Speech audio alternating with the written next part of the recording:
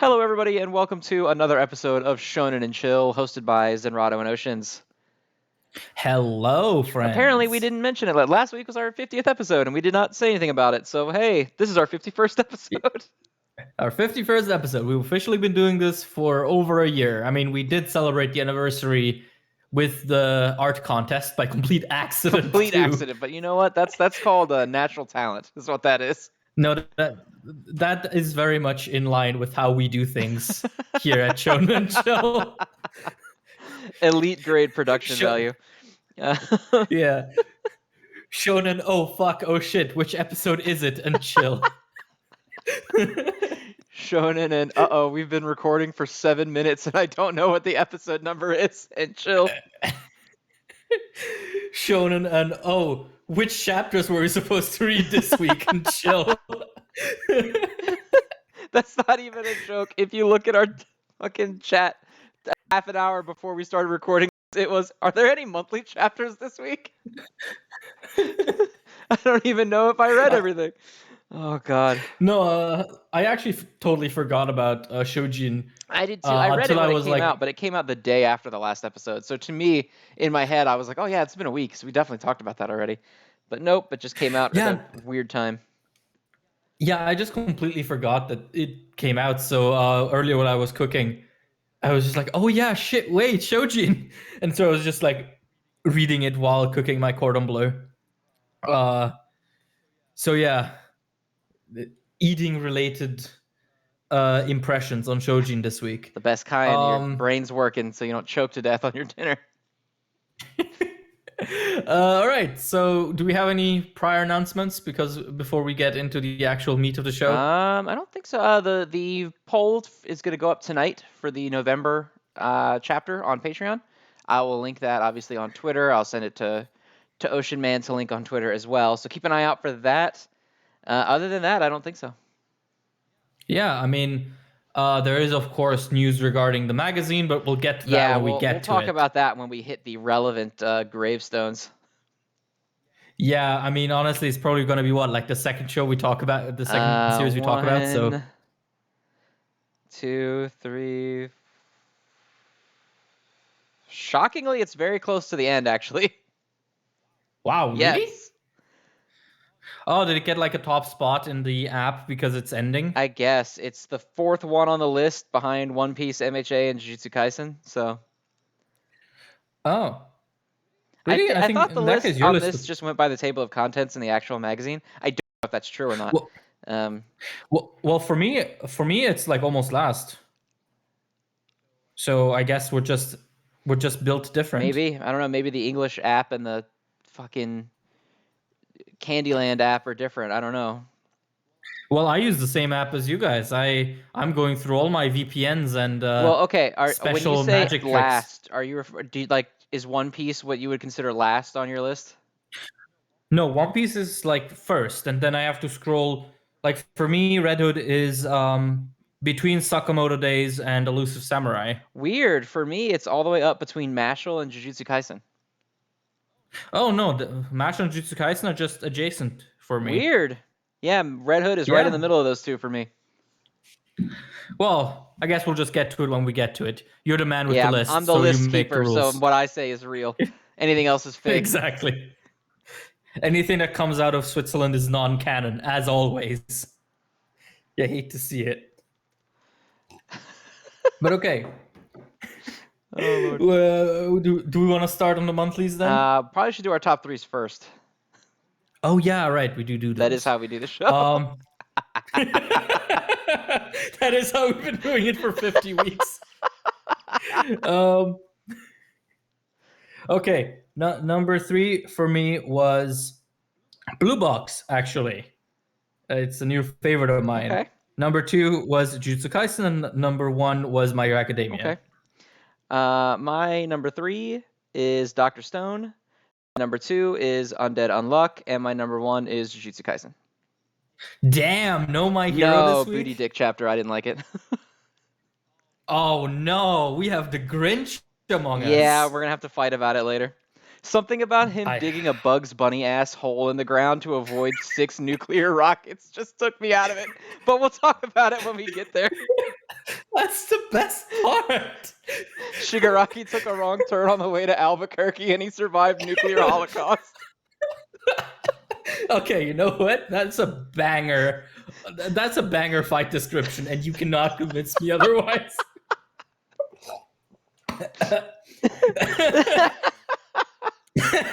Fucking choking on my tea.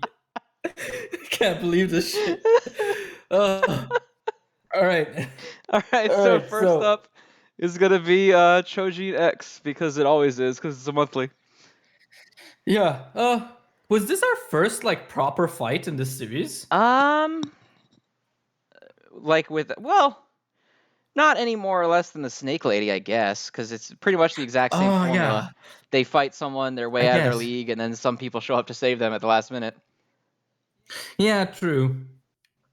Yes, that's true. But the fight was cool. I really like the baseball monster, like the whole design where like his eyes are just a million eyes inside of the stitches of the baseball. Ugh, it's gross. It's good gross. It's like, you know, cool horror art gross. Yeah, I love his teeth. Yeah, his gross people teeth, like his big ass teeth. Yeah. Yeah. And I also like his power, like just like letting stuff fall and sink. It's so funny to me that it's based on a sinker pitch in baseball, and it just sinks, like makes sinkholes in the ground. Yeah. But hey, you know, it's nice and creative, very cool. And the action is like nice and fluid.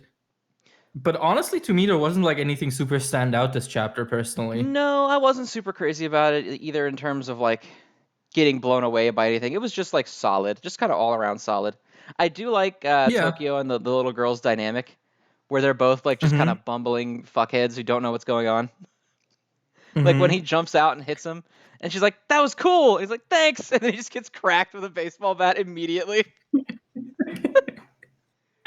He's like, "I'm gonna call this the Tokyo Rocket," and then he immediately gets smashed. Oh yeah, and also the panel where it happens, like the little cartoon guys. Yeah, they're like really low def, like sketches of him getting cracked. And also, it implies that weird, like everyone with Choujin powers has some sort of transformation state. Yeah, which is interesting. I think so. I think all Choujins can do something akin to full beastification. But it's weird because like full beastification looks like it's like a choice thing that he does, and it just powers him up, and he's otherwise normal. Whereas they're acting like with this one, he's chaosified and he's like raging out, and they're trying to calm him back down. Yeah, because if I go to the last chapter, the one before this, I feel like he like raged out and transformed based on that. I don't know. I could believe that in of itself is also full beastification, and it's just like you know, it's like some can control it innately, and others just kind of, you know, transform when they're in a heightened emotional state. I suppose they drop two like keywords about it in this chapter. They call it chaosified, and then they refer to raising him, which I suppose just means getting his conscious brain back. So it's certainly something they've seen plenty of times. I will say I'm still not hot on the fact that he's just like this little guy sticking out of his trousers. Oh yeah, the little like out of his belt. Like, I think it's supposed to be a buckle, but God, it looks very uncanny. Yeah, it looks weird. It's definitely. Thankfully, the camera is not on it very much. Yeah. Also, the lady that strangles him with her thighs. I knew that was going to come up. I will end this sentence here. You know exactly what the rest of that sentence is. Yeah, you gotta watch yourself now. You're on the magnifying glass. Oh yeah. Hello, future employers. Dude, you do not know the meaning of the word terror until someone in a job interview asks to see your YouTube channel. Yikes. Like that was rough.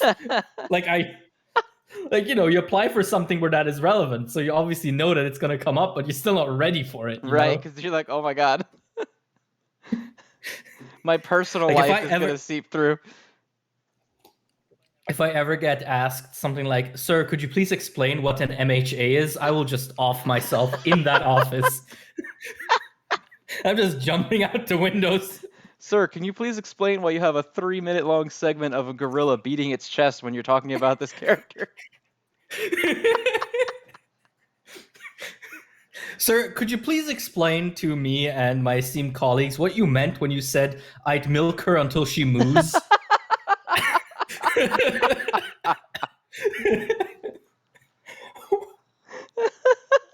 Oh, God, no! I'm never gonna get used to that. Sir, could you please, on the application here, fill out what you mean when you refer to this series as pee pee poo poo mid, please? Sir, what, in your opinion, constitutes as, and I quote, peak fiction? Just doodle Yuji on it, on the form. Are we gonna need to worry about this rawness and swag while you're in the office? Is this something that we need to be concerned about? No, but honestly, the job interviews were pretty cool. Like, one of them was basically, I was at their office and they were like, you have 2 hours, make us a TikTok. And I'm like, okay, let me do my best. 2 hours to make a TikTok? The medium that's designed to be made in a couple of seconds? Well, yeah, it had to be to a certain standard. In the end, it was kind of cool, but having to do like content creation in Swiss German is the stuff of nightmare. Oh, that's right. Yeah, no English for you. Well, no, it's everything. Everything is in Schweizerdeutsch. Yeah.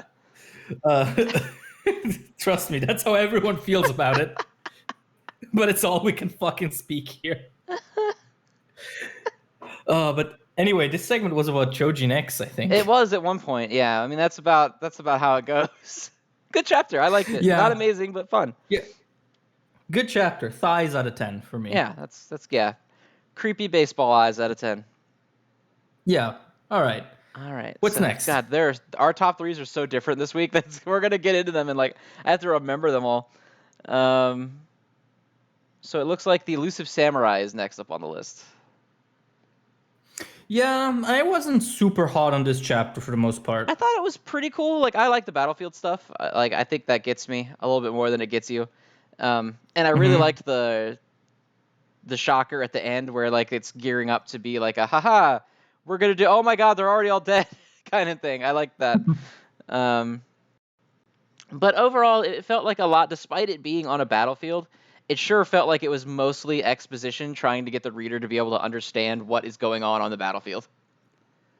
Yeah, exactly. There wasn't a whole lot of actual battle going on. I didn't dislike it, but I would have liked for like I feel like the map at the beginning was sufficient, but instead they also had every character like explaining how military strategy worked. Like we really didn't need a 5-page long explanation about how if one of the forts falls, then the other ones will have to fight more people. Like yeah, obviously, they're not just gonna leave. Yeah, no, I definitely agree. I think it was a bit overwhelming with information, but on the plus side, it gave us another extra 3-page elaboration on the whole not having sex makes you stronger. Yes, which I appreciated because that's the funniest shit I've seen in a while. That panel where you see like he keeps his feelings boiling inside and like he has like just this lava. black broth. Yeah, it's like this is what horny looks like scientifically. And then the next panel, he's literally on fire. But yeah, like that page right after that, where it's basically just like tactics and text. That's kind of rough. Yeah, and like it's fine in small doses, but there's multiple pages of that. Like the very first page is that, and then there's that next tactics page, and like then they finally get into a little bit of meat and stuff, and then we get another tactics page with like the hot guy, and they're all more or less saying the same thing, right? Is like we have 3 forts. If one of the forts loses, then we're gonna have to fight even more men because they'll reinforce themselves over and over again. Which I get it. Yeah, it's a bit of an unfortunate thing, but I guess it's just that because this series deals so heavily with war theory, you kind of have to beat us over the head with it. But yeah, I definitely think if there was a perceived need in the author to repeat it this many times, I would have appreciated to have that spaced out over like the next 3 chapters, as opposed to 3 times in 1 chapter, you know? Yeah, absolutely. It just got a little dense. Like tiring, I guess. Yeah, like just give me more of the strong virgin man. That's all I need to be invested. I can get behind that. Like yeah, like explain all the war theory, but it's being explained by the virgin man, and he exclusively uses like metaphors for staying pure. Like, don't let the enemy get to your graces and shit like that. Then I Our can get force behind must it. remain chaste. Chaste of battle and of other things. But I digress. Like, it's just explaining like how to like pincer attack the enemy. He's like, anyway, did you know I haven't had sex in 30 years? I thought that might be interesting. Moving on. Just every few minutes in all of his explanations for anything. Oh, God. By any chance, are you a virgin? I'm 8. Good, stay that way. Oh, God. This is... Like, Elusive Samurai will just... every once in a while, will just have a gag that is so stupid it just slays me. Yeah, they're all... Like, This chapter actually had a couple gags I really liked. Like, I liked the guy with the extremely plain face saying that he'll mark the ground with severed ears and noses so they can find their way back. Yeah, that's also a really cool running gag. And I liked the horrible moth monster that the ear guy and the face paint guy turned into on the last page. Yeah. Yeah, no, I'm really happy sort of with the cast and sort of the gradient of jokes we have so far. But I really think this chapter sort of didn't, how do I put it, didn't really take advantage of that as much as it could have. So, it was all right. Yeah, the parts with the cast in it I really liked. Like, I like when Chojimaru is like, we love evading enemies. And the other's like, only you do that.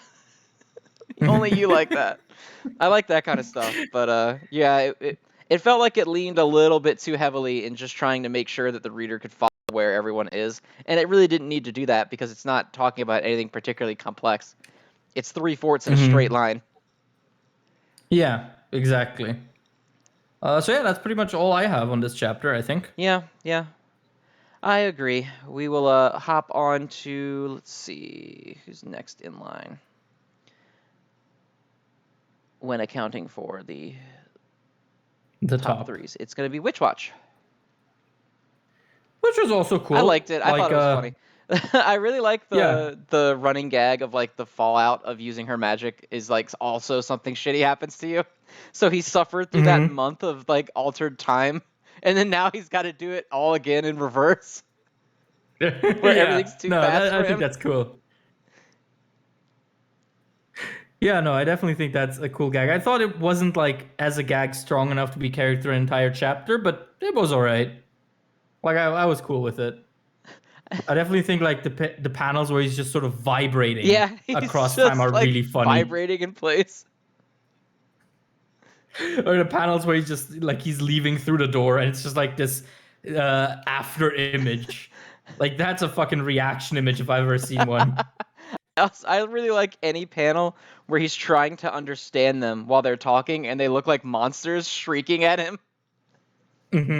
Like, whoa. Yeah, and he's like, ah. And then he put all this effort in to practice at how to exist at a normal speed in time for the magic to wear off. Yeah. Although for me, I think the part that got me was when he realized that work is just as boring. Yeah, it wasn't any better. He was like, I thought it would be over faster. But the only difference is it feels even longer to me. Yeah, no, that's actually pretty cool, yeah.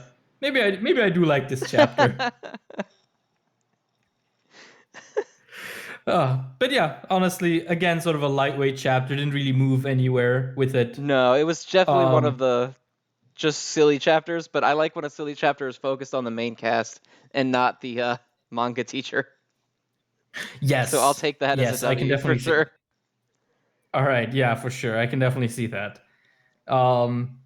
But yeah, honestly, I've already run out of stuff to say on Witch Watch. Like, I really didn't have any thoughts on this chapter. Yeah, moving on. So the next one's going to be Mashle. Which was raw. Super raw. I love anytime Mashle's like, I just got to fuck you guys up then, I guess. It's a good chapter. for sure. I also like his final, like a little quote. All are equal before muscles. Yeah, I'll have to show you that everyone's equal based on the law of muscles. But yeah, no, He, it's he cool shit. put I like the backspin on the bug. yeah. Also, the double spread where he punts him, super cool. The one where he makes the Q stick and he uses Top's head. Or what's his name? Oh Dot? yeah, Is it Dot? I think it's Dot. Dot. Yeah, where he uses his head to like put the Q on it. Brachioradialis magic. The worst part is it almost sounds legit. I know, it's just ridiculous sounding. Yeah, because also Barbarian Shot is a cool name for an attack. Yes, it is. Also, like, I really like the page where it's just you see the ball bouncing and you see the insect guy, like steadily reacting Yeah, to it. getting more and more nervous every time. Yeah. Yeah, no, this is one of those like I ran the table. and then you have Dot's hair just smoking. Yeah, my hair is smoldering. But yeah, just another like good chapter of Mashle, honestly. Also, this is like the easiest running gag in all of Mashle, but I love when he says some kind of like cool anime guy line and he's in his low def face. When he's doing the finger wag and he's just his tiny fucking head. I won't let you escape. Oh my god. It kills me every time. Yeah, because it's interesting because technically this entire chapter is like what, 2 moves? Yeah, it's just 2 attacks. the floor gets frozen and then Mash beats all the bugs with the pull cue. That's it. Yeah, but somehow it's still interesting and cool because it's funny. I wish certain other super-powered series could learn from this instead of having 1 attack per chapter. But we won't delve on that. I wonder who that could be about. Yeah. Also, I like the guy at the start who just can only do puns when he talks. Yeah, and it works because it makes Dot so fucking irritated that he falls for it. I mean, Mash is irritated too. He's also clattering his teeth if you look at it. Oh, that's true. Yeah, he's like passed out on the ground. Someone make him stop. Yeah, no, this is cool. This is quintessential Mashle. Mashle's so good. I'm so sad that it's almost done. Yeah, but I mean, let's see how much is actually left of it.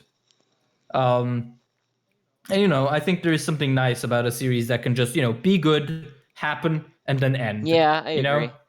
But I'm gonna miss Mash's little bullshit every week. Whenever it finally ends. That is true. That is true. Me too, man. But yeah, that's probably my take on Mashle. Yeah, a lot of quick chapters. It's the same as we do for Mashle every week. It's just like this was good. Yeah, I feel like there are a lot of sort of these intermediate series like Mashle and Witch Watch where it's hard to sort of really dig into anything because they're both kind of young and it's kind of hard to really find much to say about them. Yeah, I mean they're young and they're mostly just aimed at like immediate entertainment value, Yeah. Yeah, and there's like very little stuff in it that you would use to like predict the plot because the plotting isn't really what you're here for. Yeah, I mean, and part of it is probably just because they're heavily comedy based. You're just here to get a laugh, Yeah, for sure. Which I mean, Mashle definitely does almost every week. Witch Watch does mostly, so I think they both succeed. Agreed. All right, we'll move on then to we'll call it the star of the show. Red Hood. Oh god. Yeah, so this chapter was nonsense. This chapter was completely indecipherable. What the fuck happened? I think they just destroyed the world, but also didn't destroy it. Because like in the end, they're left in like this giant wasteland.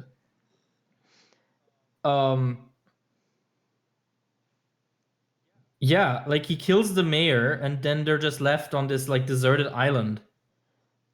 But like Jesus, this is rough. Like he kills the mayor on page 16, and then 2 pages pass, and then it's the final page. Like, wow, yeah.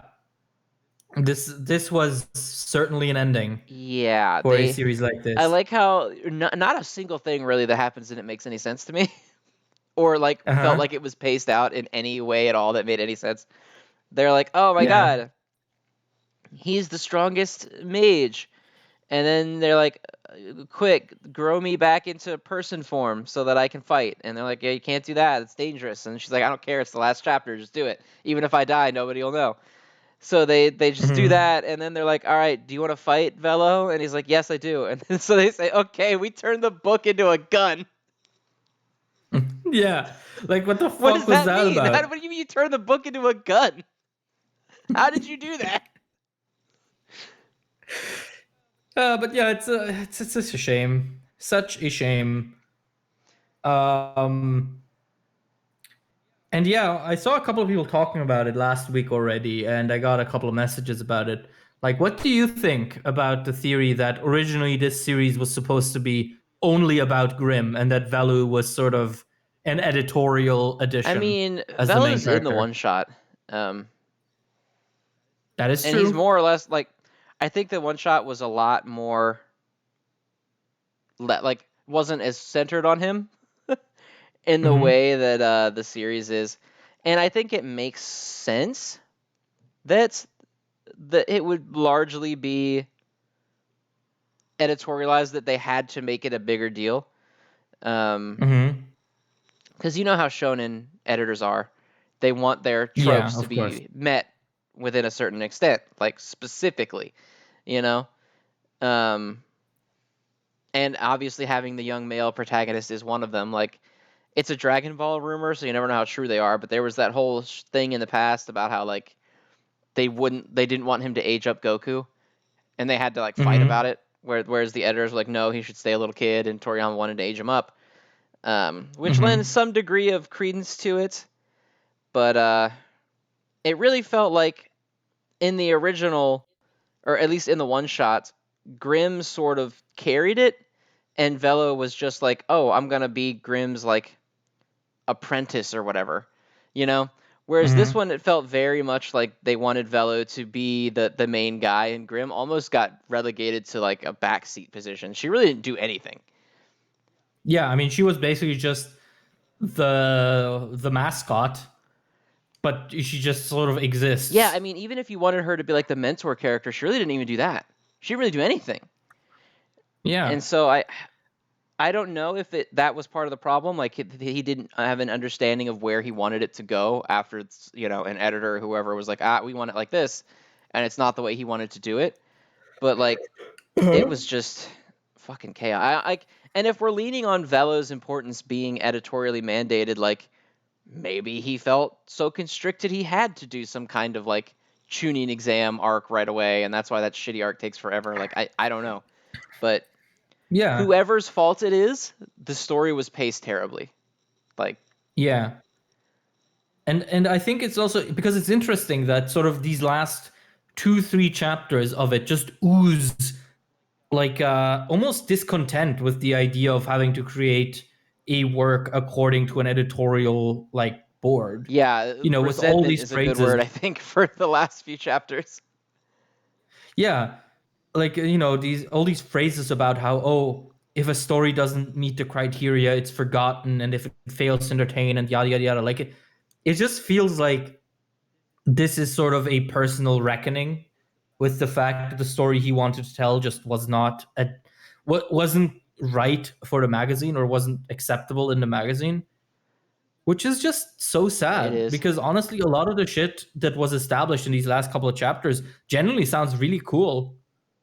Like this could have been a cool story if it hadn't been rushed to all hell. Yeah, and I mean it shows you that no amount of good ideas can foster or save bad execution, but it Yeah, for it's sure. just like you said, it's kind of unfortunate because it seems like based on the ideas in the past few chapters that there was something there, right? That and Hmm. it didn't feel like he threw it together at the last minute when he heard he got canceled. It felt like he said, "Okay, well this is kind of what I want the world to grow into," which would have been really cool. But also, it's got to be frustrating if these were editorial changes that he buckled or whatever. I guess buckled isn't the right word because it makes it sound like it's his fault. They probably told him it's my way or the highway. And he did them and, compromised on whatever he wanted the series to actually be, and then it got canceled anyway. Yeah. So, like, it's so frustrating. It also makes, like, also for us, right? It makes it so precarious as to what to even care about. Like, do we even give new series a chance now? God, I know. Because Like we've been I was burned a thinking few about that times. earlier when I saw because I had forgotten that this was the last chapter, and I saw the end, and I'm not like terribly cut up about it because I think Red Hood was it's no Phantom Seer for me. I'll put it that way, but it was a very good series. And as I was looking at it, I was like, if I wasn't making this show, I probably wouldn't start reading a series until it had at least like 40 chapters anymore. Yeah, for sure. Like, honestly, already, like, if you get to the 30s, you're probably safe. But tell that to Phantom Because, Seer. well, was Phantom Seer 30? I don't remember. Let me go and find it because it's way back there now. Exactly 30. Okay, yeah. Like, I would have thought that if you get sort of into the high 30s, you're probably fine, because I've never seen something get canceled sort of at that point. Robot X Laserbeam, the golf manga, got canceled at chapter 62. Wow. Jesus. Yes. Okay, so I guess you're just never safe. I mean, yeah, I That guess not. sucks. It definitely got canceled, but Jesus, oh no, now I feel bad for getting invested in Blue Box. I think last I checked, Blue Box is doing well enough to like. It doesn't have a high rating, but it's on some of the sales charts that they're putting out. So I think Blue Box is probably okay. Okay. But people said that about Red Hood, and look what happened to it. Yeah, I mean, Red Hood was the one that I was hoping would, beat the Horikoshi curse. Well, okay, I'll say but this no. though. It seems to only happen to action series. If you're not an action series, it seems like you can just do whatever the hell you want and suck as much as you want, and you're okay. Yeah, I guess Because that's like true. Roboco is the best-selling comedy series, and it's still selling terribly. But there are other comedy series still in the book, just rolling. Like Magu-chan is on chapter 66. I don't think it's ever sold a copy. I swear to God, I've never seen a sales report for it in my life. So like, it's why I think that Piss 6 might actually last a while. Is just because it's not an action series. Yeah, I guess you just can't compete with like the big ones. Yeah, and it is kind of hard. I mean, the Shonen Jump editorial staff clearly does not want to be super action focused. They want to have something else going on. I mean, they're action focused, but you know what I mean. They want to have more under the hood, I suppose. And like, yeah, for sure. You're not competing with My Hero, One Piece, Jujutsu Kaisen, and then even stuff like Undead, Unluck, and that it's been going on long enough. Or I guess Black Clover, whatever. Fuck it. That's not a lot of space left, So it seems like they're awfully trigger happy. I mean, Time Paradox Ghost Rider was not an action series, and that got nuked quickly, but that was for other reasons, other silly reasons. It feels like they're almost at capacity for an action series, and if you're gonna put out another action series, it better be damn good.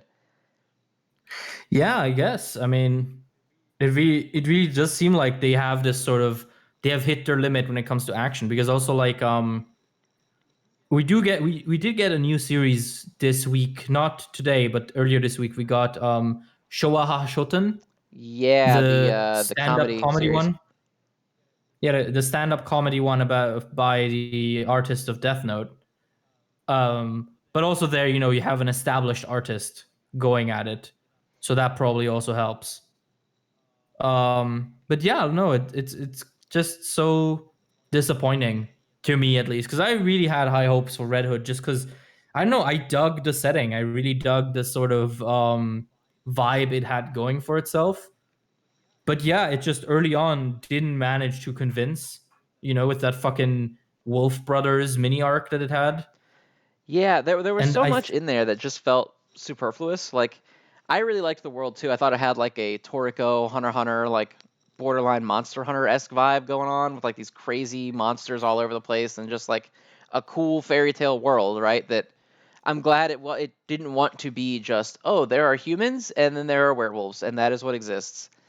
I thought that was really cool that it was like trying to set itself up as this like established fantasy fictional world all these kind of cool creatures in it, and then it decided to waste like a crazy amount of chapters in the pilot area.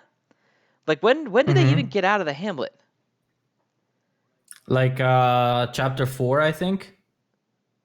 Oh my god, chapter 5 there is when they destroy the village. Jesus. Okay. Yeah, so the Well, there very you first go. time Like. we see out of the hamlet, which was the pilot setting, is chapter 6. Mm-hmm. So that's a Mm-hmm. month and a half after it started. So already, what a waste of time. Yeah. And then we hop Because it's right also into weird. the goddamn tuning exams that are super Yeah. slow. Like, I was trying to convince people, because I had this discussion on Twitter a little bit about how the pacing was just so bad.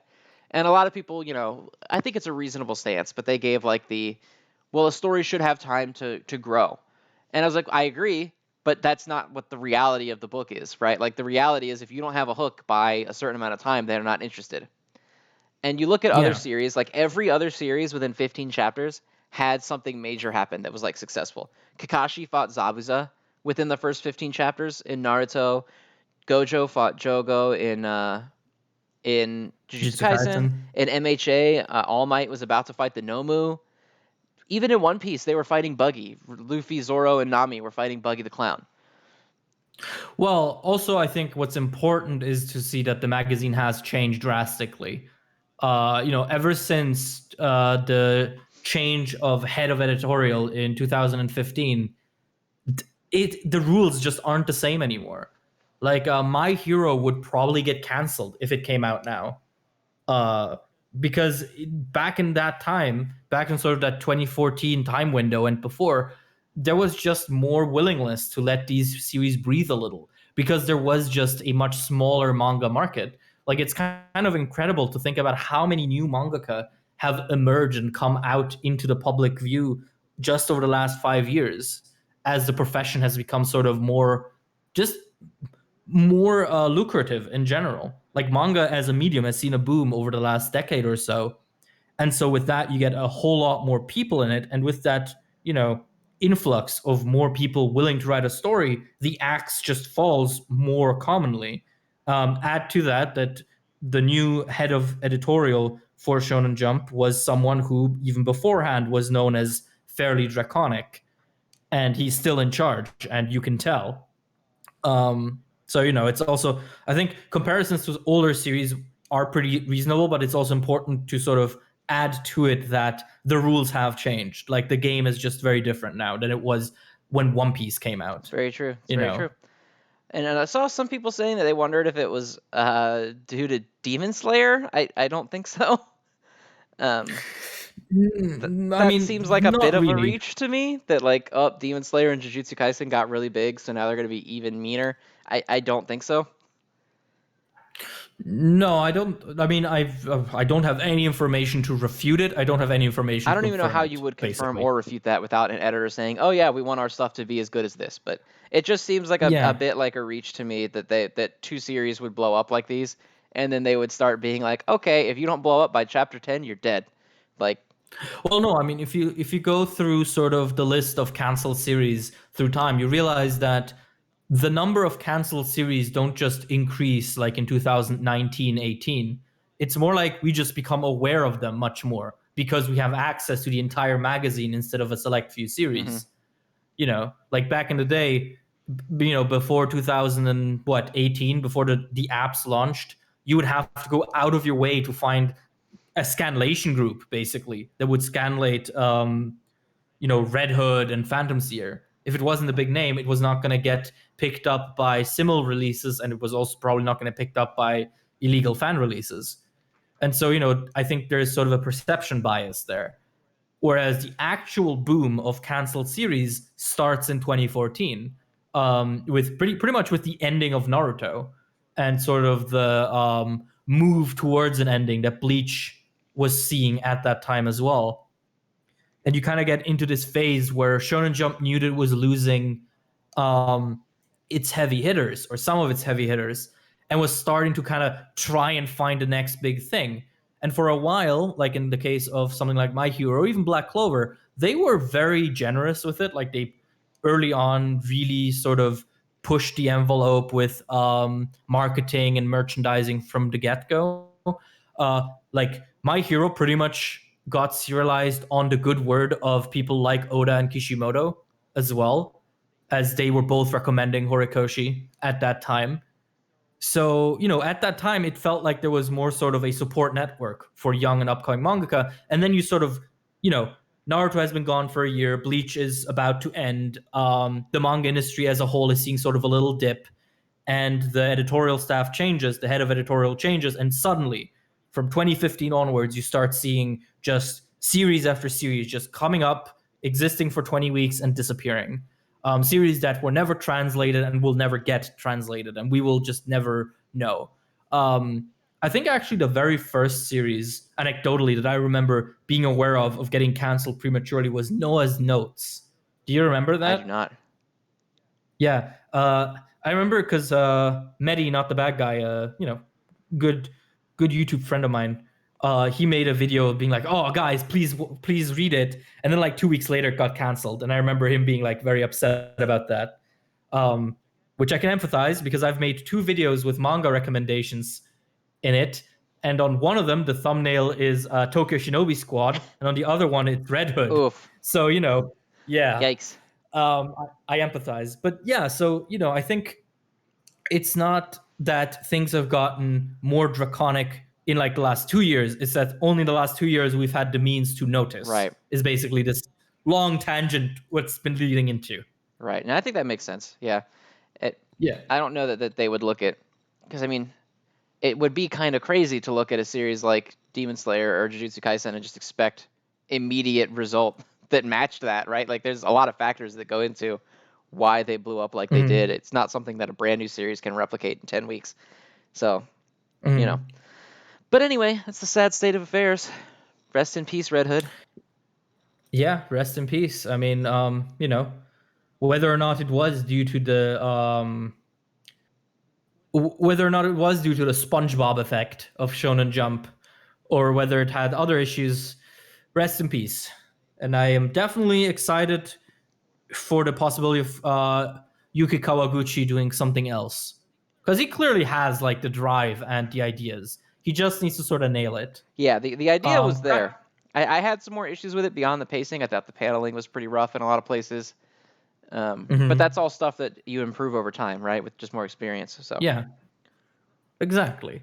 And honestly, I think I feel about Red Hood the way I would have felt when reading Omakaduki Zoo, Horikoshi's first series, right? Like it has a crazy cool idea, but the execution's just not there, and it's just too short because of that execution failing its sales numbers. Right. So yeah. Have you ever read Omakaduki Zoo? I haven't read any of Horikoshi's old stuff. Oh, I mean, I guess it's not really a good sell to be like, oh yeah, this shit got canceled, you should read it. But Omakaduki Zoo is actually pretty cool because a lot of stuff from it sort of goes into My Hero. Like Gang Orca is straight up from that series. He just got lifted into My Hero from there. That's funny. I love that. Yeah, actually, every single like animal-related hero is from Omakaduki Zoo because the power system there is that you can morph into animals, basically. And the main villain of that was basically Overhaul, but his quirk is that he can turn into a giant sperm whale. So, yeah, like it's crazy and cool. And I'm glad that Tori eventually got the chance to sort of get that out of his system, But yeah, I guess with this, we can end on Red Hood for the final time saying mommy out of 10, I guess. One last time.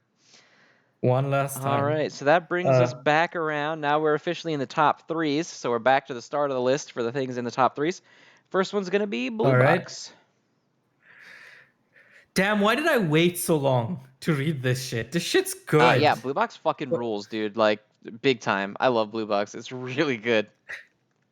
Yeah, and it's like I can't even like pinpoint if there was like a single thing in this chapter like really got me. It's just like the energy of this romance is so engaging. Like it has its ups and downs without being like overly dramatic, and it just has this sort of, what do I put this, like this emotional tension in it that feels not like shonen-y. It doesn't feel like, oh no, the world's gonna explode, I'm so scared. It's like, oh, are they gonna talk about this thing? Should they? I don't know. Like, it makes me feel like I am in the middle of a difficult situation with a crush.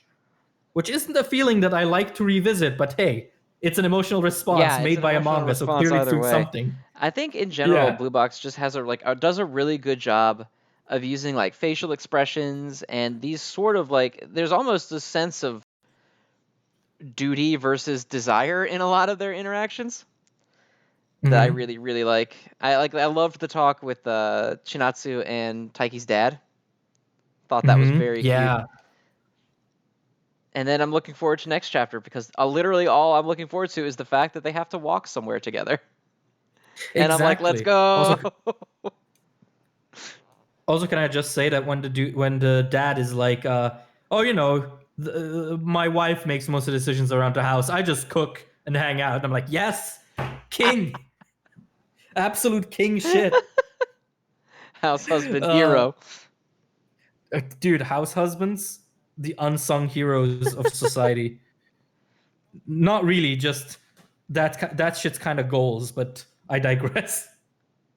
Um, but yeah, no, I really like it, and I like how much sort of the series also artistically takes that stance, where you have a lot of big single panels of just a character, just responding to something, like Chinatsu just going, okay, I'll consider that.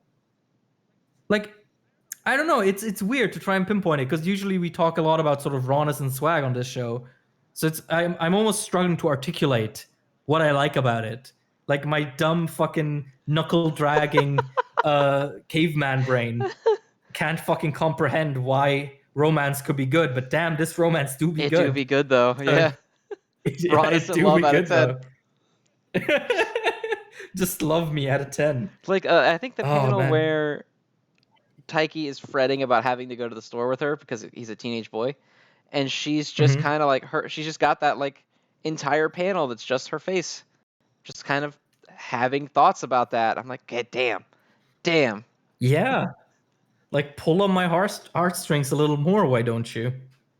And again, it's not like it's so understated, right? Like it's not these overly emotional big reactions. It's sort of just they're given space, but their facial expressions are very sort of, huh, I do have feelings about this thing. Hmm. Interesting. And I think I And I love, like that. especially in this series, is that nobody draws attention to the fact that she's clearly reacting to what's going on. Taiki's not like, oh my Yeah. god, she's thinking about me. What does that mean? Now I have to elaborate on that for the audience.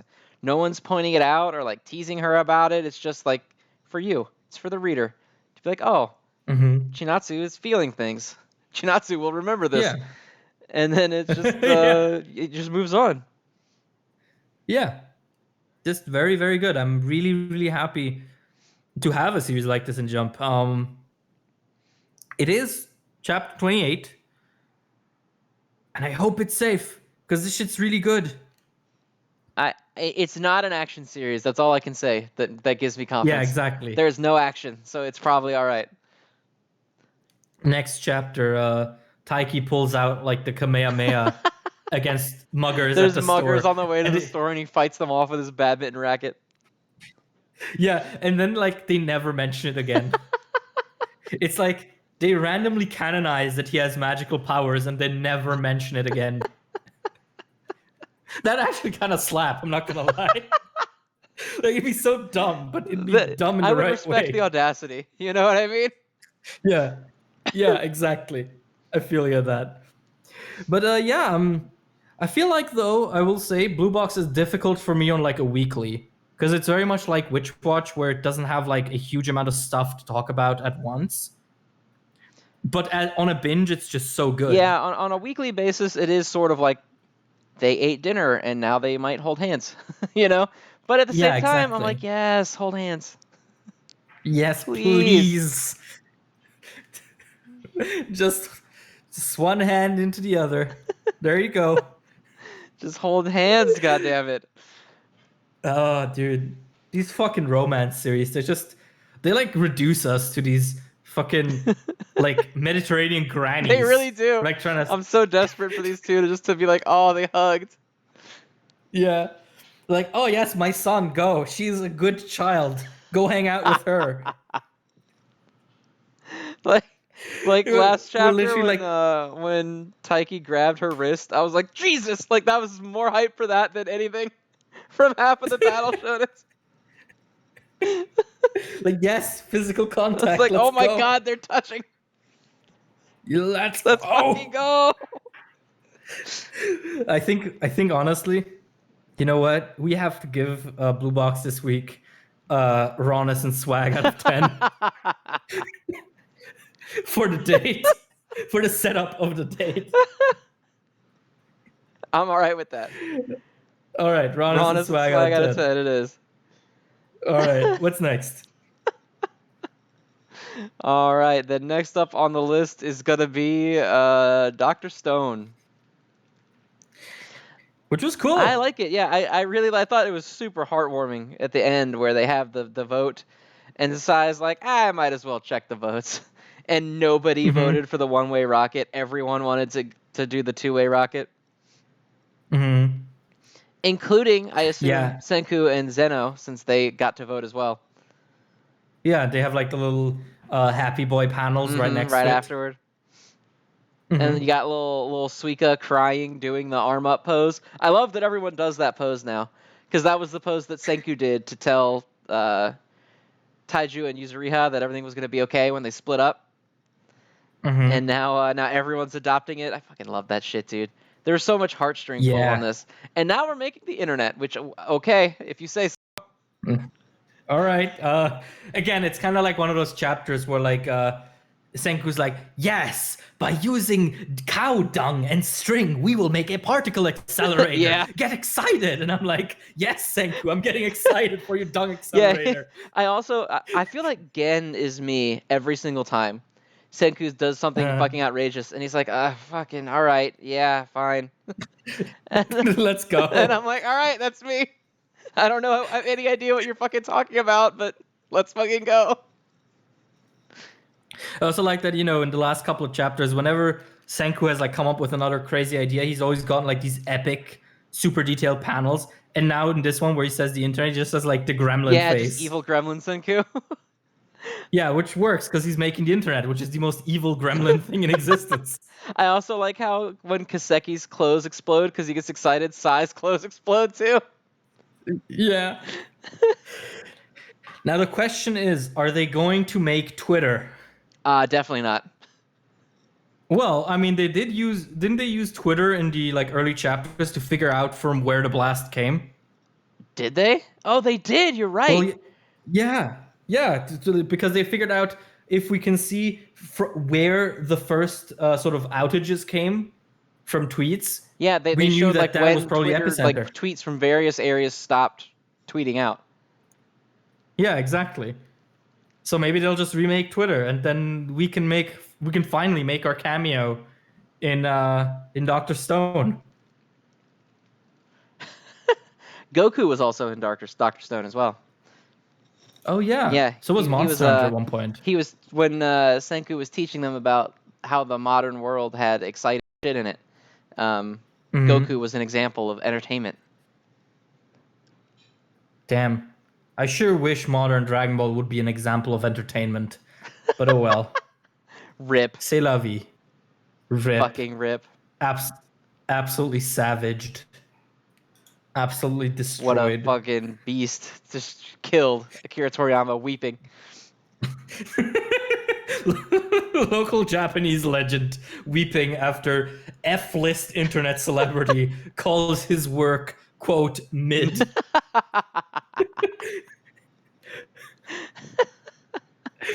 But yeah, no, Dr. Stone was a lot of fun this week. Again, sort of a lot of back and forth regarding the ship, which I wasn't like super engaged in, because I don't know, in my head it was like they're definitely doing the two-way rocket if they're already spending this much time talking about it. I just think I like the heartwarming way we got there. I was like, damn it, these fucking people. I love these guys. And I love the panel of Chrome doing his victory pose with like the sun shining down, like glaring down on him. Yeah, for sure. Rules. That's super cool.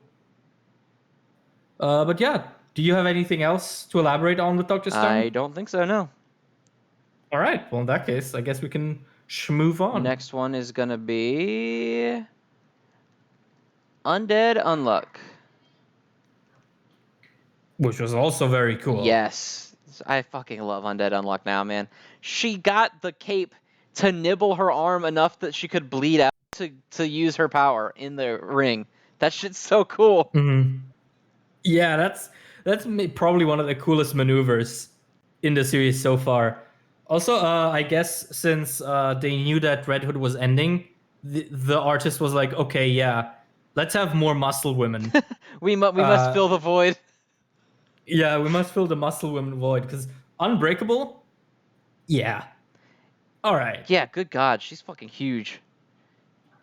good for her. Good for her. I'm glad that she is huge. That is my contribution to this segment. I also love anytime Andy says "wicked sick." Yeah, It's like right? my favorite catchphrase. It doesn't actually get tiring. Funnily enough, I also you would have love thought that something like that when would. Fuko has no idea of like what her power is. She's Mhm. like, "I'm making a hailstone," and they're all like, "I don't think that's a hailstone. That's a fucking meteorite. Fucking meteor."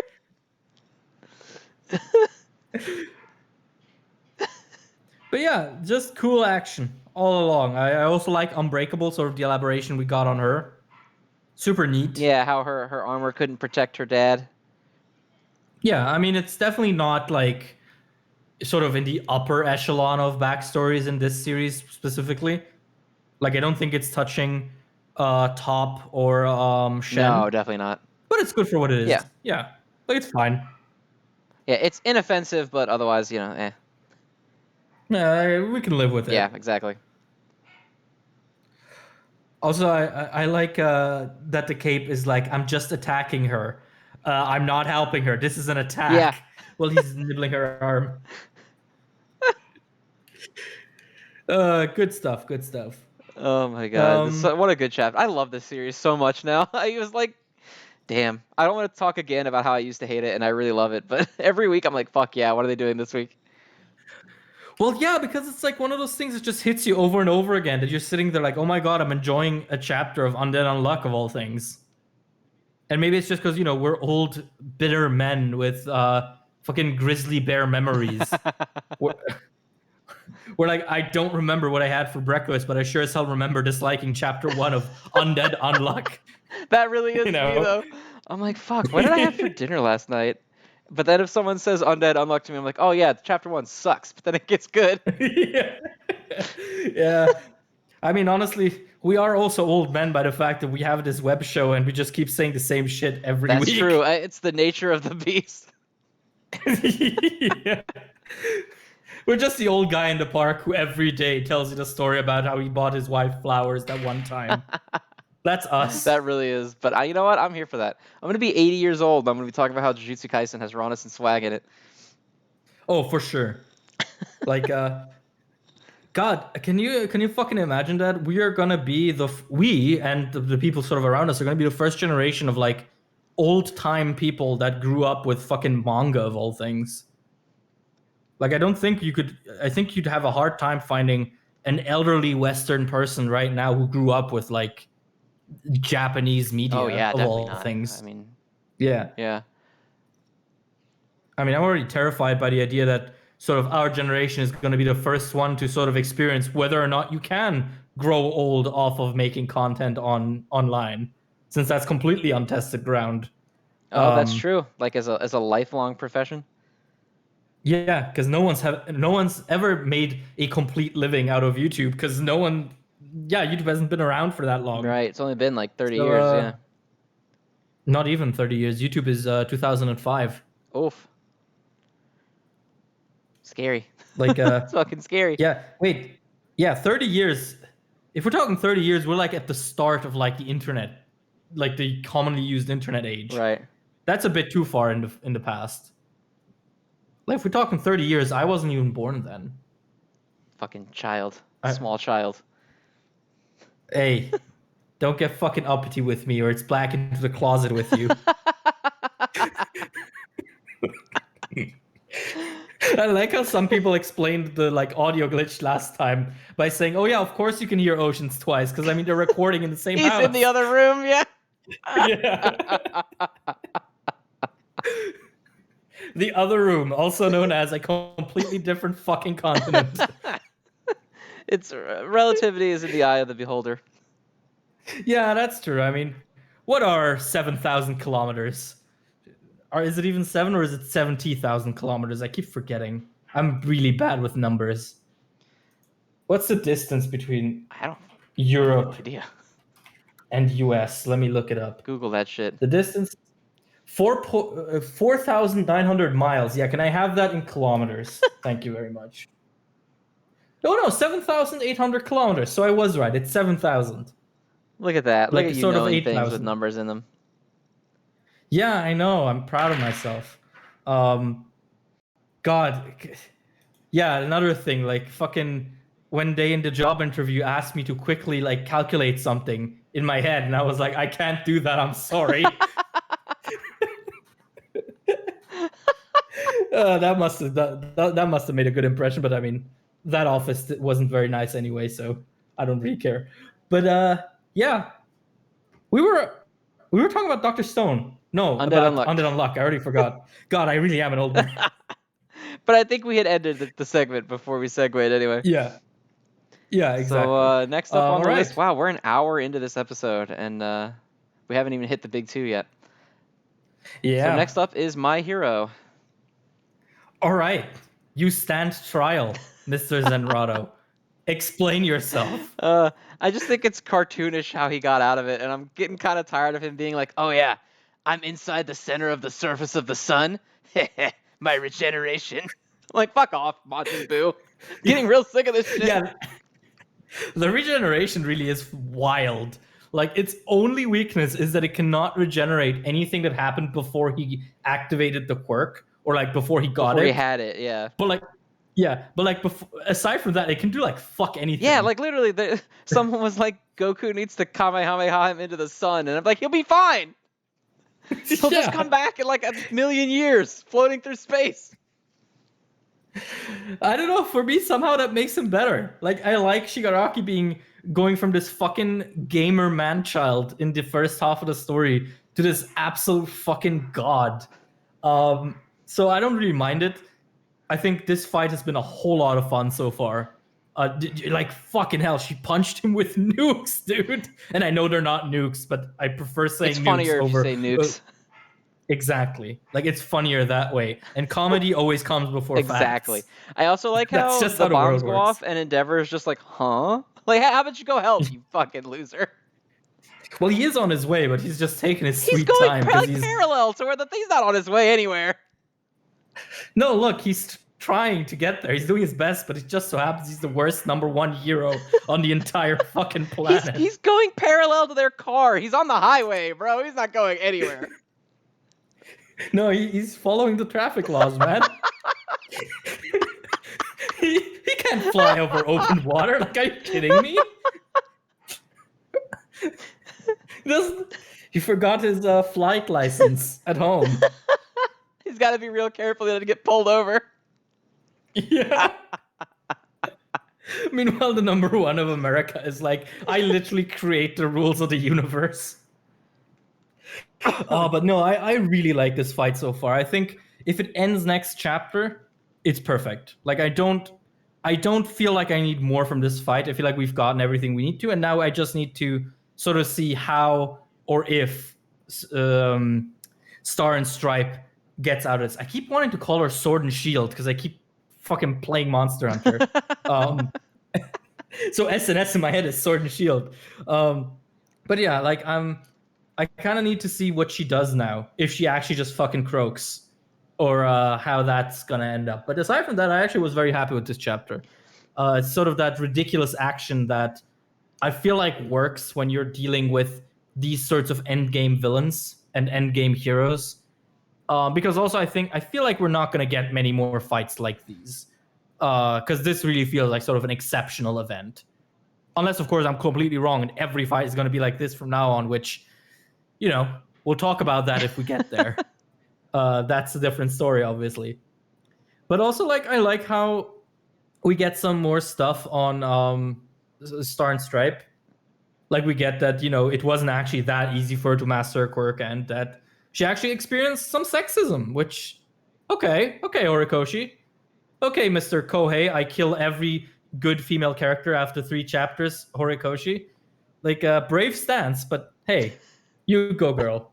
And it's cool. Like, it humanizes her. Like, also sort of the moment where she is supposed to crush her teammates and she doesn't because she hesitates for a second. It's like not crazy dramatic, but it's there. Like, it's cool. I like that there's sort of this additional angle to her that you wouldn't get just from her introduction. Because I mean, that first panel where she appears like 4 chapters ago, she just looks like a fucking caricature. She just looks like Femme All Might. And I like that she ended up being so much more than Femme All Might in every way possible. So yeah, I had fun with this chapter. I do get your complaint with it. Like, it is very goofy how he gets out of it. But it's so ridiculous at this point. I'm just all I enjoying can it. fucking think about is that Bugs Bunny tunnel. And he just Uh-huh. Shigaraki just popping out with a carrot and being like, nah, I used my decay. What's up, Doc? I decayed a hole in the fucking ground and I survived your nuclear explosion.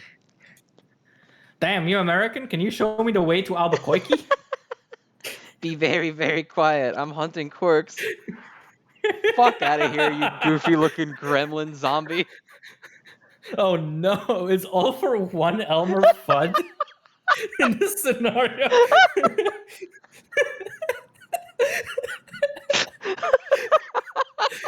And Shigaraki is just like his gun. I really need a Photoshop now of Elmer Fudd with All for One's head, and then at the end of the gun, it's just Shigaraki's head.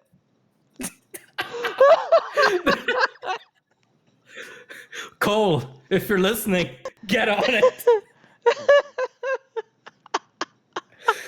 Oh God, no, but yeah, no, I get it. It's super goofy, but I'm enjoying it for what it is right now. My big thing right now is just like, My Hero cannot end. Like, I keep saying it, but I keep getting more confident in it because holy shit, if this is the final arc, what the fuck's gonna happen to Deku so that he can measure up to Shigaraki? That last power, the Bakugo guy's power, it's just fucking raw ass reality warping. That Bakugo power is just like, it nullifies quirks. And that's how he gets Shigaraki. He does a fucking like Avatar The Last Airbender and just like, you have no quirks. Away. Yes. No, because seriously, like, at this point, whether Shigaraki gets New Order or not doesn't even matter, because even here, without New Order, Shigaraki is leaps and bounds beyond anything our heroes can do. Like, at this point, you could get all the pro heroes to fight him, and they wouldn't be able to jack shit to him, because he's literally fighting a character that can rewrite the rules of the fabric of reality, and he's winning. Like, he got punched by like 6 nukes, and he's winning. Like, at this point, I only really have 2 predictions. One is either he doesn't get New Order, and there's some bullshit that happens, and this is the final arc, and we end the story, and Deku-sama defeats him in like the next 100 chapters, whatever. Or he gets New Order, and the series just ends, and we have to get like My Hero Shippuden or some shit to like space it out to where Deku could believably beat him. So you know what my theory is? Because like, what's your theory? They're going to fight him, and Deku's going to run away and jump into like a plane, and he's going to crash the plane into Shigaraki into a volcano, which is then going to erupt and launch Shigaraki into space. That sounds oddly familiar. Brand new. Never happened before. I mean, that's true. Horikoshi's famously not inspired by anyone when it comes to his characters and his plot lines. But yeah, like, honestly, I just can't see this series ending well the way it's going right now. So I would rather it just doesn't end anytime soon. The ending's gonna suck, so let's just not end it. Yeah, I mean, like, at this point, how are you going to level with me here? With, like, Deku, who on a good day can level a building, and Shigaraki, who has taken the US Army's nuclear arsenal head on and said, oh, this was a fun Tuesday. Like, there's such a huge disparity here.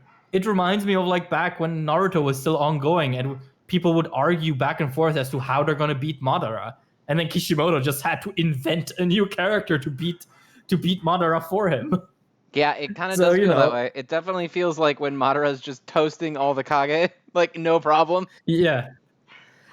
Dude, you know, for as much shit as I give the end portion of Naruto, nothing will ever be as cold as Madara looking at the Kage, like struggling against his clones and going, "So do you want him to use Susanoo or not? Yeah, I Like, like you how he want to gave him play? the You want choice. to It's like it play?" doesn't fucking matter. Yeah.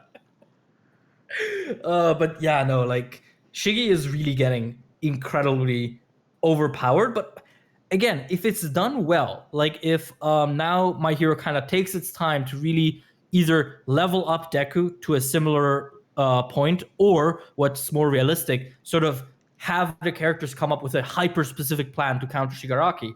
I think you could do it cool in a very cool way because I like, you know, David versus Goliath fights. I like the overpowered god character being taken down. But, you know, considering the sort of tone that the editorial staff has had with My Hero and Horikoshi himself has had with My Hero, it really feels like we're not going to get that much time with it, um, which would suck. So, yeah, if you're going to end it soon, have that ending lead into a second part where it's like, oh, I don't know, like a time skip or whatever, and Shigaraki and All for One have been in control for a while, and now we're going to reclaim it. Like, I take that over them, like, randomly managing to beat Shigaraki when he's now shown that, yeah, there's no taking this motherfucker down the conventional way. Like, wasn't the fist bump to the earth supposed to like vaporize him down to his atoms, and he still came back from that? Yeah, and I know Like, people are gonna say, "Oh, he didn't take the nuke explosion. He bugs Bunny to hold himself away from it." And I'm like, he dug like a 20-foot hole in the ground. Like, look at him. yeah, Look at his body when he comes out of that thing. He's like covered in foam and like dissolved. He's like a skeleton with an eye in it.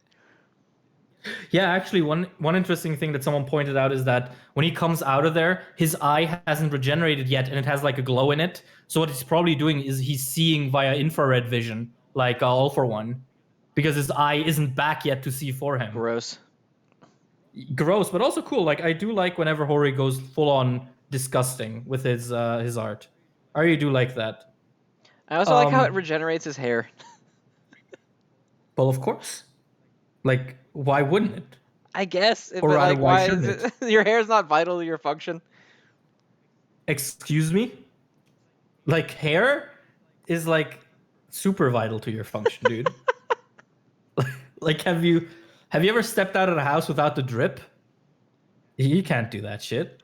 That's not kosher. That's not cool. Like Shigaraki needs to have them locks ready for whenever Horikoshi has to draw him in a cool panel again. But okay, actually now, the money question. Do you think Stars and Stripes is dead? Do you think she's losing her quirk? Yes, no. What's the vibe? I am still of the camp that she's probably gonna just write a rule that her quirk doesn't exist anymore, and he's just gonna kill her Mm-hmm. in response to that. Um, I don't think he's gonna get it because Jesus Christ, he's already Yeah, broken as hell. Does he exactly. really need it? Um, I assumed that like she came to terms with the fact that there's nothing she can do to beat him. She's not strong enough to do it, so she's just gonna make a rule that if whatever, if someone tries to steal my quirk, I lose my quirk. Whatever, it's just gone. Yeah. And then he's gonna be like, God damn it, and he's gonna decay her, and then the planes are gonna fly away. Yeah, but one implication of that is, well, there's two implications, because I think that's probably what's going to happen too. One is, we heard from All for One that he doesn't even need to steal her quirk technically, as long as she's out of the picture. The global sort of, the global crime fandom is going to rise up because she's sort of keeping that in check. So that's one thing, and the other thing is, if Shigaraki, a Japanese citizen, kills the American top hero, that probably means that the Americas are probably gonna sanction an actual intervention. Since this was, Stars and Stripes just doing sort of her own thing. But if she gets killed by Shigaraki, that probably means that the US is gonna step in an official capacity, which means probably more sort of international heroes to come, which I guess could be how the final arc gets like set up, that her death sort of leads into that. But on Just the what I other want, hand, what I more don't like fucking about characters to show up and die really quickly. yeah, because the other thing I don't like about this is then in that case Horikoshi created New Order, a power he didn't need to create, just to not have it do anything in like the grander plot. Like it's weird. I'm really curious to see how he solves this and if he solves this, because Stars and Stripes and her quirk in a lot of ways, and I think we said it last week as well, they just feel like a dead end narratively. So I'm interested to see what Hori does with it. I'm like not super pessimistic about it. I do have faith in him. I think he has earned my faith in a lot of occasions. He's lost it a couple of times too, but I think I'm at the very least definitely interested to see what he does with it. And I think that's sort of how I can sum up my feelings on this chapter. Very cool fight, very goofy, and I'm interested where it goes. Fair enough. Sounds good to me. Yeah. All right. Do we move into Ace Attorney? Yeah, I think it's time to talk Cursed about Edition? Phoenix Wright here for a little bit. Evil Yeah. Phoenix Wright. With Yeah. Jujutsu Kaisen. I like this chapter a lot. This chapter kind of fucking rules. Am I the only one who's getting like what is it? Darby Elder or Darby Younger, whichever one it was. The elder Vibes from one this. was the poker one, and the younger one was the video gamer. Yeah, the poker one. Kind of feels like that, don't it? A little bit, yeah. I like the Yeah. the fact that it's just some random bad thing that Yuji did in the past. And he's like, damn it. Definitely did Not that. only is it a random bad thing, it's actually a thing that's been referenced before. Because it's the thing that he does. It's the place he was at before he gets called by Megumi and Nobara to the diner where he meets that girl that had a crush on him. Really? I actually didn't remember that. It's not explicitly said, but someone posted like the volume 8 extras, and there Gege elaborates what Yuji was doing in the meantime. And that elaboration comes back as like, yeah, he was just fucking gambling in a pachinko parlor. That's so funny to me. Yeah. Also, it was weird but cool seeing Yuji think this much in a chapter. Yeah, well, because it's just a really good show of like character progression. That he used to be the character that would be like, huh? I'm dumb. Explain it to me. And now he's like full on breaking down like what he thinks is the proper strategy to get out of it. But I also like that he's wrong. Yeah. And Higuruma's like, you could have just said you didn't know. Yeah. I like Higuruma a lot. Like honestly, his sort of demeanor is really cool. He's sort of very nonchalant about things. Yeah, I like him too because he's like, very much not like. He's just kind of doing what he feels like doing. He's just like, okay, I guess that's what we're doing. I love the explanation of how like historically domain expansion used to be super easy and everyone did it because they weren't as strong as they are now. Like they're much weaker, so anyone could do them. Yeah, like that. I mean, in general, whenever we get sort of history on Jujutsu, it's super interesting. Also, bold fucking choice by Gege to start the chapter with a domain expansion. Yep, the literal very first move. Yeah. Also cool. The sort of the way his domain looks, like with all the guillotines in the background, all over the place. It's super cool. I will say though, Judge Man is a dumb name. Yeah, it is. That I feel like that was he was just like, let's just get a name on the piece of paper and move on. Yeah, but you know, whatever. We'll deal with it. But yeah, super cool. I like that this is a completely combat-less chapter, as safe from like the last 2 pages, and yet it's still super tense. Like you can follow his thought process regarding which choice he should vocalize. Like just cool shit. I really like it, and I definitely like Higuruma's ability. It feels so stand-like in a way. Yeah, it really does. It feels very Stan-like and very Nen-like from Hunter x Hunter. Yes, actually, I would say Nen maybe even more so. So yeah, no, I'm really into it. I also think that we're in for like a very cool fight now if Yuji cannot use his cursed energy. Yep, he's just got to fight him. Man, what an unfortunate opponent to come up against to have to fight without cursed energy. Because Higuruma, that's probably how he gets so many wins, is that he just like clobbers regular people. But Yuji's like, yeah, I'm Yeah. kind of Superman even without my cursed energy. So Yeah, I like also like the last speech where it was like, yeah, that's the one thing I got going for me, being tough. So yeah, that's really cool. I also just enjoy sort of the setting, like a fight in a theater. Also really cool as sort of a set piece. yeah, I love Yuji climbing out of like the wreckage of all the chairs and stuff. Just Mm-hmm. cool visuals. Yeah, also great paneling, also with the mallet and Mm-hmm. everything. Also, the actual sentencing panel where Yuji's like, "Oh, okay, so what am I guilty of?" And Iguruma's just like bland-facedly reading it off. This cool shit all around. Very very happy with the direction this is taking. Uh, Surprisingly, no Megumi, which is what we were expecting last Yeah, I time. have a feeling we won't see Megami for a little bit because I'm still convinced that it will either come back with him having already killed both of them, or it will come back to the demon dog covered in that girl's blood, and he'll start fighting the other guy. One of the two. He definitely killed Mhm. somebody. Someone's gonna be dead when we see him again. Yeah, no, I feel that. I definitely feel that. But yeah, like aside from like sort of how good it felt to have this sort of non-combat chapter, I think I'm already out of things to say for Jujutsu. Like it was just good. It just enjoyed it. Yeah, it was Nothing too just like much from deeper from in it. beginning to end, it was very cool. Like unique designs, cool inspiration. I love the domain expansion like elaboration.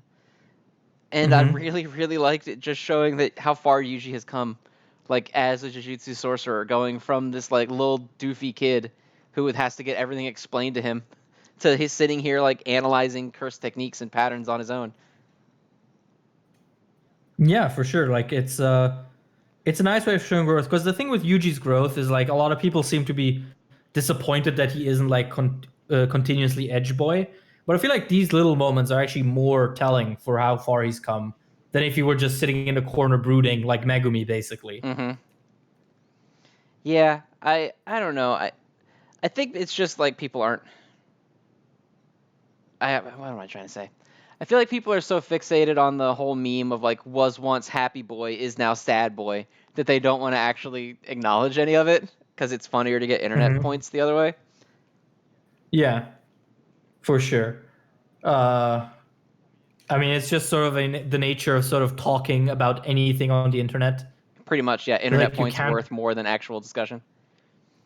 Yeah, I mean, also, I mean, to a certain extent, you could also argue that there is no point in having discussions online because, like, there's nothing really to be gained to talk to randos about what they think about Jujutsu Kaisen. Yeah, Like, if you think Jujutsu Kaisen is bad, my condolences. Try again. yeah. It's just kind of Like, it's like anything, I guess. Is like people don't go on the internet to have their opinion changed. They go on the internet to spout their opinion at people, which is why we mhm.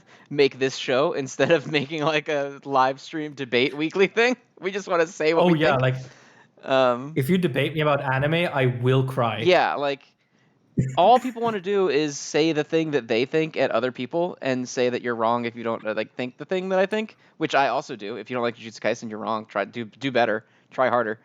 Yeah, Um, exactly. and I just don't care beyond that because no one has ever gotten into a fight on the internet about if My Hero Academia is good or not and come away going, actually, my mind has changed. I actually have a fun anecdote regarding that because I've been playing a lot of the Yakuza games, so I've been kind of talking about them online a lot. And there's this one I think it's a bot account that just goes around replying to people about how MHA sucks and like starts arguments. And on the one of my tweets where I was like, "Oh yeah, this character from Yakuza is really cool," they just go, "No, I think MHA sucks actually." And I'm like, "Are you a real human being, you fucking idiot?"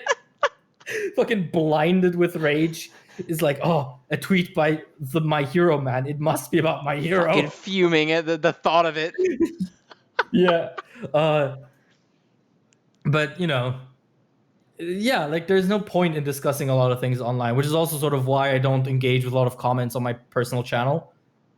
Because sort of I drop the video, I pin sort of info things in the comments, I heart the best comments I see in the first 5 seconds, and then I fucking leave that thing behind. And then maybe I come back to like snarkily reply to someone that's being rude.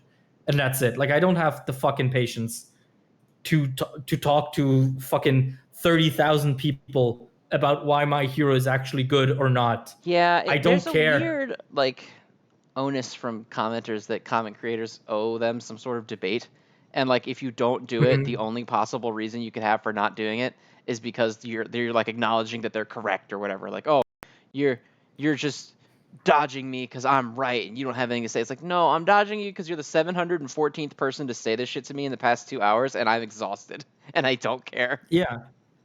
Like, here's the thing. Not only do I not owe you a debate just because you want to have one, I also don't owe you, like, even a courteous answer if your initial reply was already rude. Like, that's the other thing, right? People don't just want to debate with you, they will demand it in the rudest way possible. And then you reply with, like, a shitty meme, and they're like, wow, why are you so mean? It's like, Yeah, I don't that's the know. weirdest Why are shit you too. so Is like mean? the weird like if you create content, you have to just let someone be shitty to you, and you can't say anything back. And Yeah. if you say anything back, you're in the wrong, even though they've obviously been way worse to you than you probably were to them. Yeah, I mean, I had someone blow up recently on one of my videos because they were like, they started a big comment about, oh, your your criticism is inherently destructive because you don't understand this and that, and they followed that up with another comment going like, you should just quit YouTube, and I just replied to all that saying, nah, and I got like a bunch of fucking messages saying, how dare you be so rude to your commenters? Like, you owe us respect. And it's like, Nope, nah, sure don't. nah to the second. Yeah, like, if you want to argue with me, uh, don't. Yeah, like it's just so weird. Like I Don't. don't. Obviously, I don't get the nearly the volume of comments that you do, but I definitely get people who are like, yeah, why don't you engage? It's like because I don't care. I don't owe you a Yeah. fight if you just because you want to have a fight with me, and I don't fucking like. Not everything you say is worthy of response or like thought for me. Sorry. Well, not only that, like, the thing that just I get hung up on is that I will talk to people about things online if they're being nice to me. But if you start the conversation insulting my intelligence or other stuff about me, then my brain is just gonna lump you into, the other dozen people that do that I every feel like day. there's some sort of weird disconnect on the internet where people don't realize they're doing that.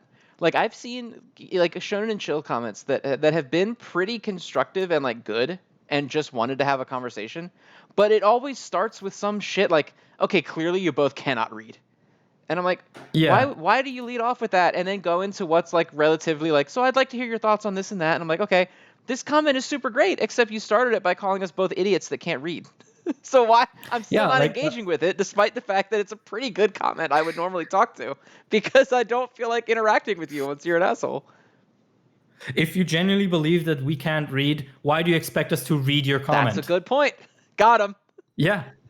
No, seriously, like, if you think we're so dumb that we don't understand the shit we read at this point now for a full year, and I mean before that as well, if you generally think that we have some sort of fundamental disconnect with the material we engage with, why do you think we're even worthy of your input at that Right, point? and it's weird because Like, like, do you think clearly. you're gonna like?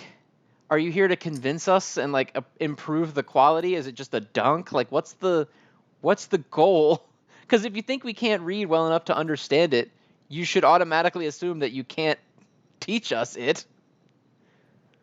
And I mean, maybe you're right. Maybe I can't read. I definitely can't as soon as numbers are on screen. That's a scientific fact. But, I think people just get so invested into the online space that they forget how communication works. Like, if you start a conversation with your coworker by calling him an asshole, like, yeah, he's not going to respond very fondly and nicely, no matter how insightful your actual comment is. Like, imagine you go to work and you have like your, acquaintance coworker. And just go, hey, you stupid fucking idiot who can't read. What do you think about the elections right now? Like, what do you think kind of answer are you going to get for Yeah, that? It's the nobody's same gonna thing look at you online. after you lead in with like, "Hey, complete and total dumbass," whose opinion I think is so garbage that it clearly indicates that you're a stupid person. What do you think about this thing? Like, Yeah. what? Like, why do you care what I think about this Yeah, like thing? I It's think you've not let like, off with all the reasons why you shouldn't be talking to me right now. yeah. So, like, if you want to have discussions with us, with me and with Zen about stuff, the best way to do it is to leave, a good comment, not one that starts with like some really rude bullshit, but just start it off by saying, hey, so this thing is something I've noticed. What do you think of it? Just leave out the part where you call us idiots. You could say that out loud in front of the PC. We won't know. We swear. Yeah. If you don't write Just it, say it to yourself. yeah. Say it to yourself, and then in all the Discord group chats, like screenshot your comment and put it in your Discord group chat and say, "Oh, I really resisted the urge to call them fucking idiots," and that's fine. Yeah. But like, Yeah, I don't go know. ahead. I'm not gonna see it. But like, if you lead with, "Hey, biggest fucking idiot I've ever seen," and then you want me to like debate with you.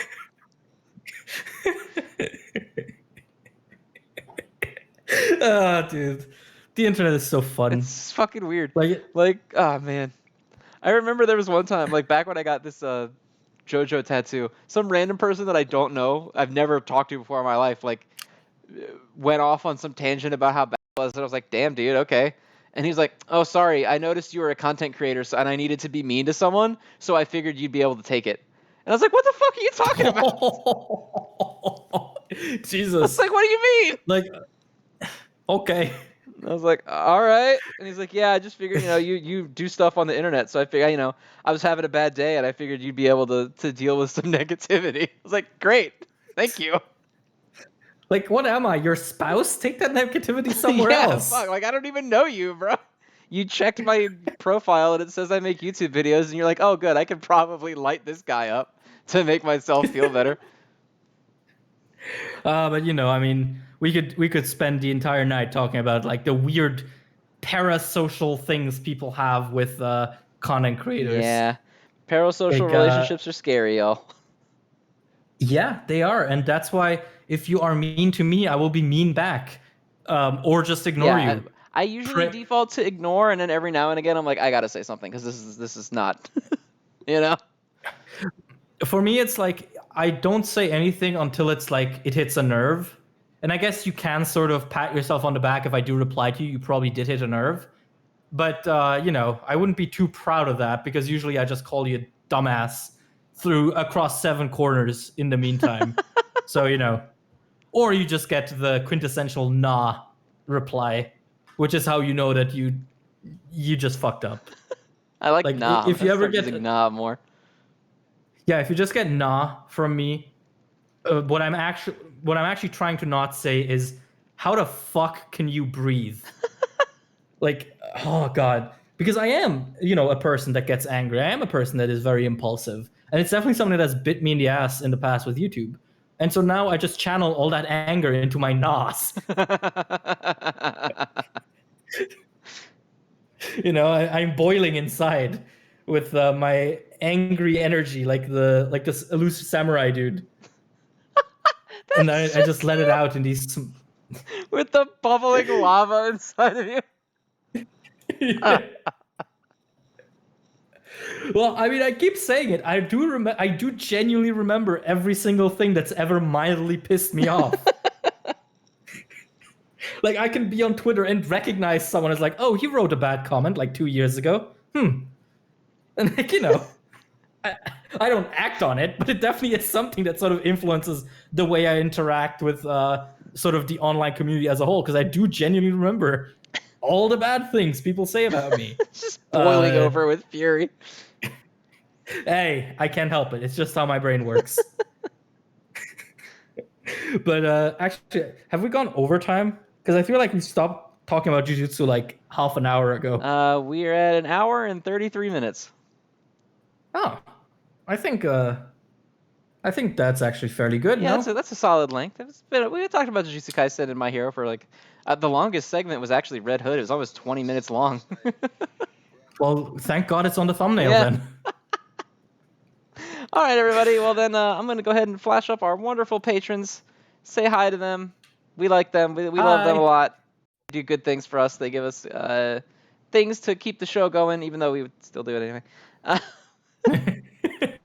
Don't say that too loud. So I said it real low and quiet, like it's the fine print at the bottom of the thing. Oh yeah, the fine print. Make sure that if you're a $10 patron, that you have your this isn't going to go up by the time I post the poll. So sorry if you're a $10 patron and you didn't give me your thing yet. You're out for November. You'll have to wait till December.